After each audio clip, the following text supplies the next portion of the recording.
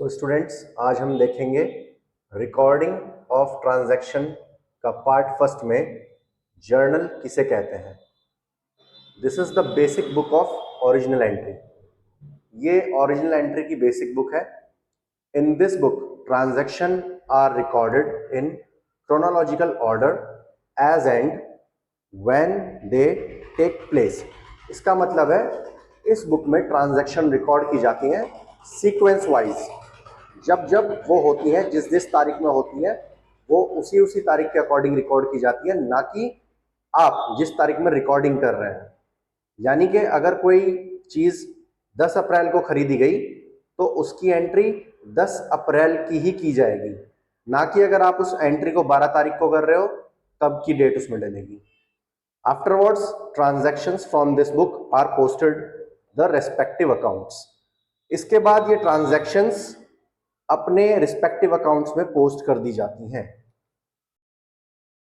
Each transaction is separately recorded after determining the particular account to be debited और credited. मतलब हर वो transaction separately record की जाती है जब वो तय कर ली जाती है कि वो पर्टिकुलर अकाउंट में डेबिट होगी या क्रेडिट होगी। और जर्नल एंट्री का फॉर्मेट इस तरह होगा। सबसे पहले डेट, फिर पर्टिकुलर अकाउंट, जो यहाँ बताया पर्टिकुलर अकाउंट, उसका यहाँ पे नाम आएगा लेजर फोलियो। लेजर फोलियो के बारे में हम बाद में डिस्कस करेंगे। फिर वो पर्टिकुलर अकाउंट डेबिट होगा या क्रेडिट होगा, उसकी एंट्री यहाँ पे आएगी नैरेशन के साथ। मूविंग फॉरवर्ड मैं आपको एग्जांपल सॉल्व करके दिखाऊंगा कि जर्नल एंट्री किस तरह की जाती है। Goods purchased on credit for INR 10,000 from messrs Murli traders on April 10, 2024।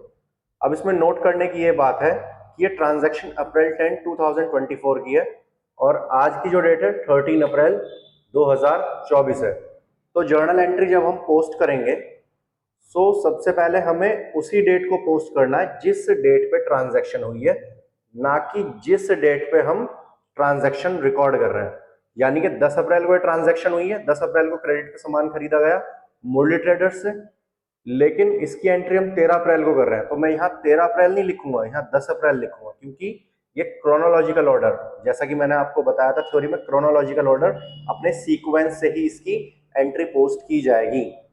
So particular account में purchase account debit to Murli traders account, 10,000 रुपए से स्टॉक बढ़ा और मुरली ट्रेडर्स अकाउंट से ये 10,000 रुपए में खरीदा गया, तो दोनों अकाउंट हमारे इफेक्ट हुए। इसकी नैरेशन बनेगी being goods purchased on credit from Murali traders. Narrations को कभी मिस मत करना, नैरेशंस बहुत इंपॉर्टेंट होती हैं, इसकी जर्नल एंट्री में जरूर पोस्टिंग किया करिए। अब कुछ स्टूडेंट्स का ये डाउट है कि यहाँ पे गुड्स परचेज्ड, तो मैंने गुड्स क्यों नहीं लिखा है यहाँ पे।